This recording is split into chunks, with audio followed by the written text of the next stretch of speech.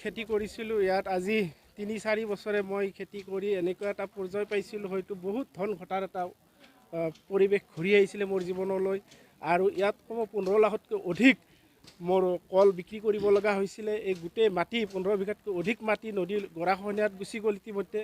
এতিয়া ইয়াত যিখিনি মোৰ লগত সহযোগী খেতিয়ক আছিল তেখেতসকলৰো এবিঘা দুবিঘা মাটিত পৰিয়াল ভৰণ পোষণ চলি আছিলে।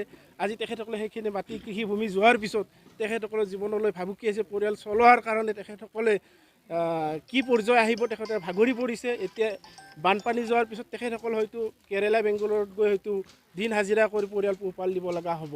গতিকে এইখিনিতে মই অসম চৰকাৰ তথা BTR চৰকাৰক ক'ব বিচাৰোঁ যে তেখেতসকলে কমচে কম এই যিখিনি খেতিয়ক ভাগৰি পৰিছে তেখেতসকলক উঠাই অনাৰ কাৰণে তেখেতসকলক সুৰক্ষা দিয়াৰ কাৰণে তেখেতসকলে কিছু সকাহ দিব বুলি মই তেখেতসকলক অনুৰোধ জনাইছোঁ।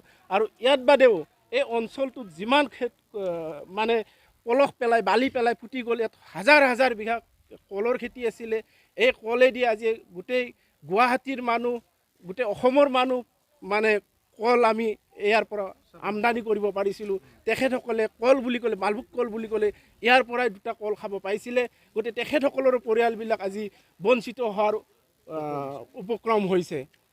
যোৱা আমি বুধবাৰৰ পৰা আমি দেখি আহিছিলোঁ যে পুঠিমাৰীৰ নৈ মানে উপঙি আহি গোটেই ৰাইজত আমাৰ ইয়াতে চাৰখাৰ কৰিছিলে। উত্তৰ দক্ষিণ কান্দিবাৰী ইয়াতে চিজুগুৰি জোকমাৰী চিংৰামাৰী তেনেকুৱা ধৰণৰ গাঁওবিলাক পূৰা মানে ফ্লাড হৈ গাঁওবিলাক উটুৱাই লৈ গৈছিল।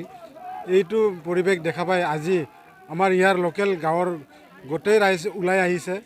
ওলাই আহি ইয়াতে আমাক সংযোগ কৰিছে। গোটেই মানে ৰাইজ ওলাই আহি কাম কৰিছে ইয়াতে। আৰু আমাৰ দলৰ UPPL দলৰো মানুহবিলাক আছে ইয়াতে আৰু চৰকাৰী কৰ্মীবিলাকো আছে। গোটেই লগ লাগি ইয়াতে নদীত এটা পকপাইট মানে কি কয় এইটো পাৰ্কপাইন দিয়াৰ ব্যৱস্থা কৰিছে। নদীৰ যিটো খহনীয়া সেইটো ধৰি ৰখাৰ কাৰণে আমাৰ গোটেই ৰাইজ ইয়াতে আহি দলে বলে আহি কিনে ইয়াতে কাম কৰিছে। ইয়াৰ কাৰণে মই ৰাইজকো ধন্যবাদ জ্ঞাপন কৰিছোঁ। ইয়াৰ লোকেল ৰাইজে নিজে ওলাই আহি নিজে কামত লাগিছে, দলে বলে আহি কাম কৰিছে। ইয়াৰ কাৰণে মই গোটেই ৰাইজক মই ধন্যবাদ জ্ঞাপন। মোটামুটি 40 বিঘামান কলৰ বাগান আছিলে। কমেও মানে 40 বিঘামান যিটো কলৰ বাগান আছিলে গৈ মোটামুটি 99% আমাৰ কলৰ বাগান গোটেই গুচি গ'ল। লগতে ইয়াৰ উপঙি যোৱা যিবিলাক পানী চব মানে ফিচাৰীবিলাকত সোমাই কিনে মানে মাছ চাছবিলাক গোটেই লৈ গৈছে। খেতি পথাৰবিলাক চব মানে বেয়া নষ্ট হৈ গৈছে। বিধানবিলাক চব নষ্ট হৈ গৈছে। মানে খুব মানে সংকটজনক অৱস্থা। ৰাইজে বহুত দুখ কৰিছে। আমাৰ দলৰ ফালৰ পৰা চৰকাৰৰ ফালৰ পৰা যিমানখিনি পাৰোঁ আমি দলে বলে আহি কিনে ইয়াতে সহযোগ কৰিছোঁ।